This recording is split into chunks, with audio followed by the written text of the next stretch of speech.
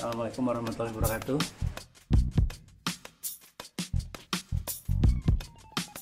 Kita akan membahas buku ini ya, Identitas dan Kenikmatan. Identitas dan Kenikmatan Politik Budaya Layar Indonesia. Nah, buku ini berbicara tentang budaya layar di Indonesia, terutama politik budaya ya. Jadi politik budaya layar di Indonesia ini menurut Ariel Haryanto ini sangat menarik untuk diteliti. Yang membuat buku ini sangat berarti buat buku tentang budaya populer itu karena jarang sekali buku yang membahas budaya populer dengan sangat rinci seperti itu. Nah, Prof. Ariel di sini dengan telatennya mengomentari, kemudian menelisik, menelaah apa yang terjadi di dalam kontestasi budaya populer di Indonesia. Buku ini dibagi menjadi atau ditulis dalam 8 bagian. 8 bab. Yang pertama mengenang masa depan. Kemudian yang kedua post-Islamisme, iman, kenikmatan dan kekayaan. Ini menarik nih, saya mungkin akan banyak berbicara di bab kedua ini. Yang ketiga adalah pertempuran sinematis. Nah, bab 2 dan bab ketiga ini bab yang menarik karena di sini berkenaan dengan budaya populer Islam dalam layar gitu ya. Yang pertama, bab keduanya itu refleksi tentang bagaimana ada budaya baru dari Islamisme yang disebut sebagai post-Islamisme itu ada di dunia populer Indonesia seperti itu ya, khususnya di sinema seperti itu. Nah, yang kedua itu pertarungan sinematis. Nah, pertarungan sinematis ini menarik juga karena tidak hanya konsep post-Islamisme yang kemudian dibahas, tapi ada kontestasi antara berbagai seni yang bertemakan atau beririsan temanya dengan keislaman, itu saling berkontestasi. Makanya judulnya pertempuran sinematis. Kemudian yang ke bab 4 itu tentang masa lalu yang dicincang dan dilupakan. Nah, baru ini tentang flashback sejarah perfilman Orde Baru. Di situ tentang sesuatu yang dilupakan, tentang film-film PKI dan sebagainya seperti itu. Ada yang dilupakan oleh sejarah Orde Baru dalam perfilman seperti itu. Yang kelima, kemustahilan sejarah. Di sini berkaitan dengan sejarah dan defisit politik, kemudian kisah jorok habis, premanisme film dan sejarah. Nah, ini juga kembali setback ke Orde Baru seperti itu ya. Kemudian yang keenam, minoritas etnis yang dihapus. Nah, etnisitas sebagai fiksi, etnisitas yang dihapus, kemudian ada sangat dibutuhkan tapi tak diinginkan, dan diakhiri dengan hibriditas disangkal tetapi berjaya. Nah, yang keenam ini juga masih ke setback ke belakang, bahwa budaya populer itu ada dalam tekanan ya pada zaman-zaman sebelum reformasi ini. Tapi semakin ditekan ya, dia semakin tumbuh seperti itu. Semakin tumbuh dengan sikapnya sendiri. Ada berbagai saluran-saluran budaya populer yang kemudian kalau ditelisik, ditelaah itu mengandung banyak sekali konten kritik kepada masyarakat, kepada pemerintah seperti itu ya. Nah, yang bab 7 ini menarik, bab 7. Sekarang sekali ya, ini budaya Hallyu. Mungkin tahu di sini semua Hallyu, yaitu K-pop dan Asianisasi kaum perempuan. Ini di bab 7 ini Asianisasi dan hibriditas remix disebut oleh Prof. Ariel ini. Ini terjadi di Indonesia. Sekarang kita mengalami itu kan, mengalami bagaimana budaya Hallyu, Korean Wave itu masuk merangsek pada berbagai lini.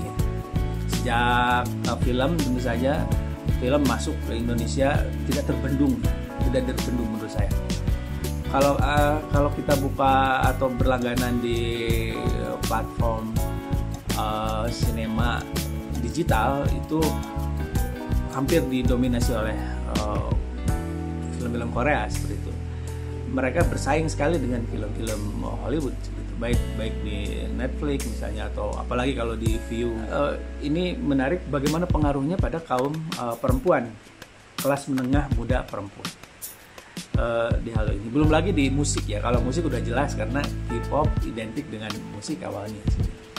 Ketika budaya populer Korea ini masuk, kemudian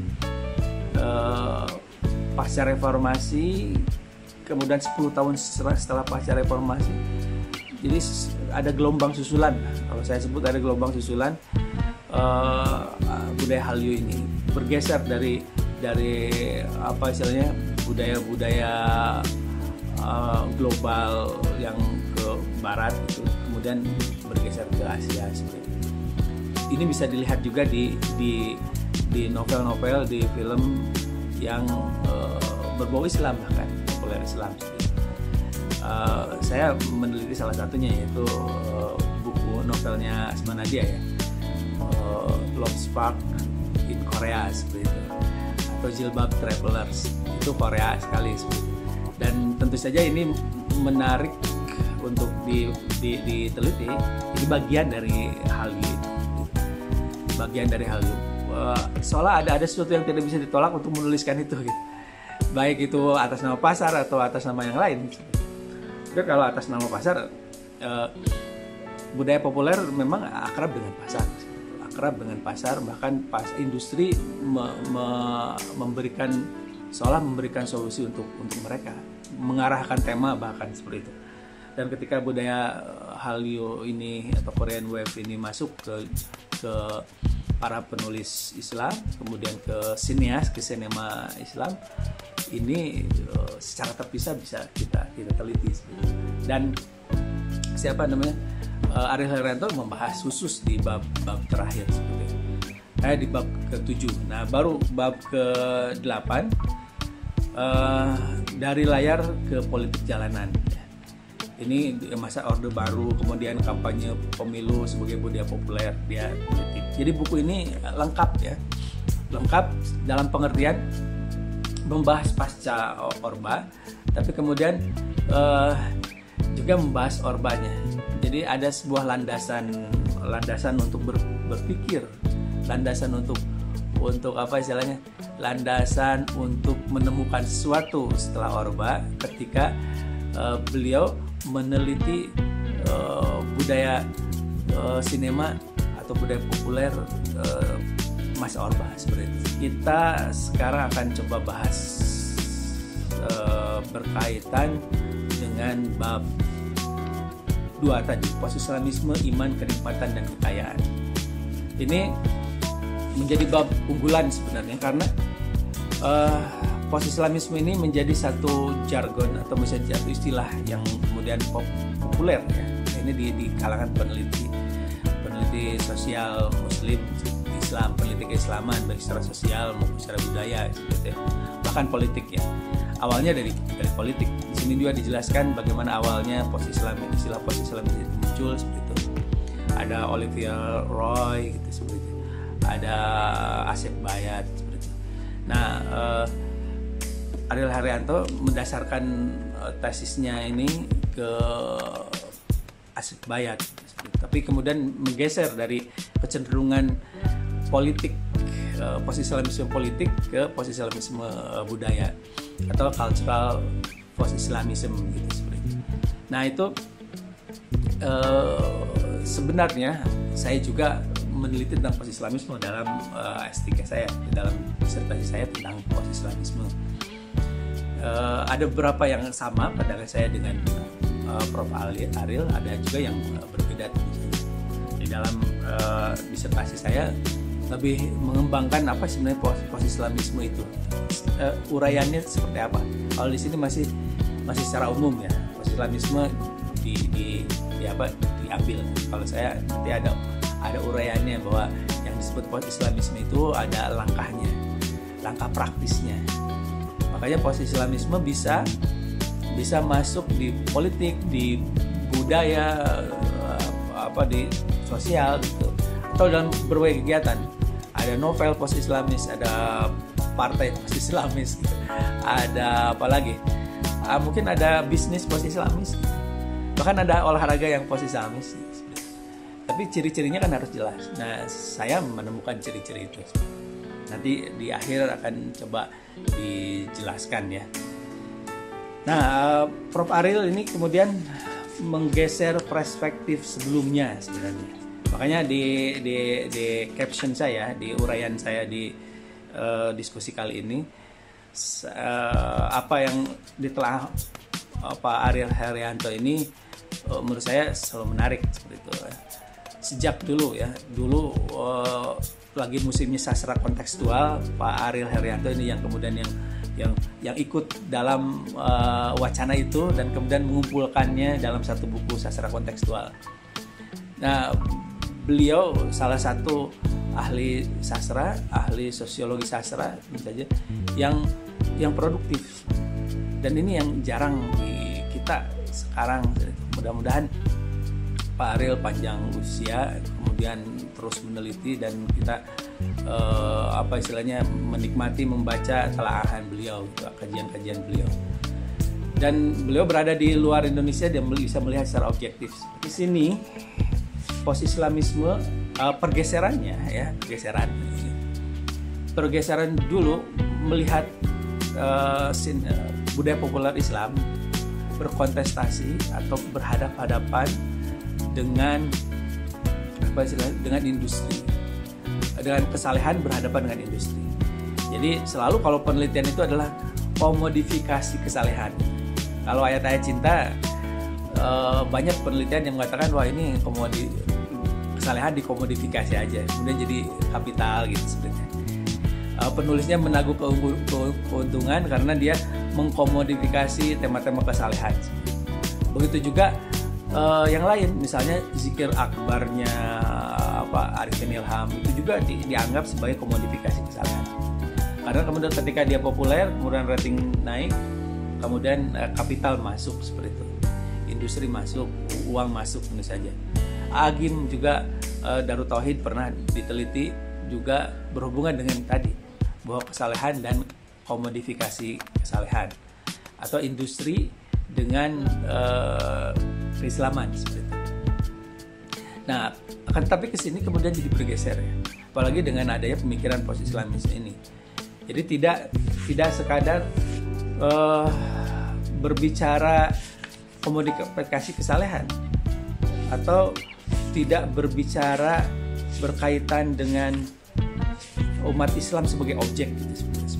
Jadi dia hanya objek kapitalisme saja. Ketika kapitalisme itu masuk lewat budaya populer, kemudian umat Islam jadi objek, tidak jadi subjek. Nah, dalam post-Islamisme tidak. Dalam post-Islamisme justru yang jadi subjek itu orang-orang yang bergerak di dunia itu, di dunia populer itu. Dalam pengertian dia memiliki karsa tersendiri, dia memiliki kesadaran politis, bahkan memakai budaya populer sebagai jalan untuk berdakwah dan masuk ke dunia keseharian, politik keseharian, industri keseharian. Dan itu tidak menjadi permasalahan buat dunia post-Islamis. Kaya itu adalah sebuah panggilan misalnya. Jadi sekarang banyak Muslim kaya bermain di bisnis umum seperti itu. Nah, itu adalah post-Islamis.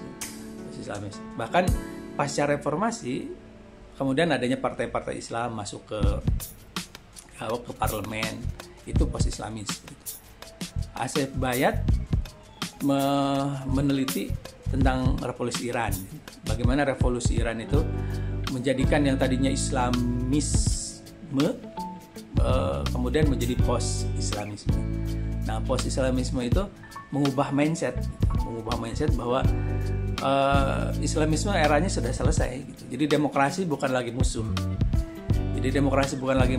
Maka Islam bisa masuk ke berbagai ranah, termasuk ranah politik.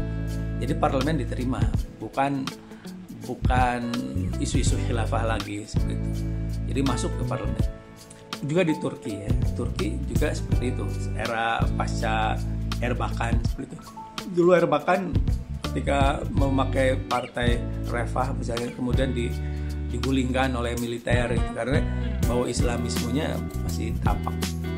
Tapi ketika Erdogan mengubah itu menjadi Islamis, kemudian berterima di masyarakat global, diterima secara demokrasi, masuk ke parlemen, kemudian banyak hal yang dilakukan dengan mengadopsi terminologi demokrasi, tapi tanpa meninggalkan Islam. Makanya dalam terminologi post-Islamisme, post-Islamisme itu bukan tidak meninggalkan Islamisme, tapi tidak juga sekuler. Jadi di antara Islamisme dan sekularisme. Makanya post-Islamisme ini menjadi satu bahan yang menarik untuk dijadikan alat atau kacamata membaca ya, untuk melihat budaya populer di Indonesia.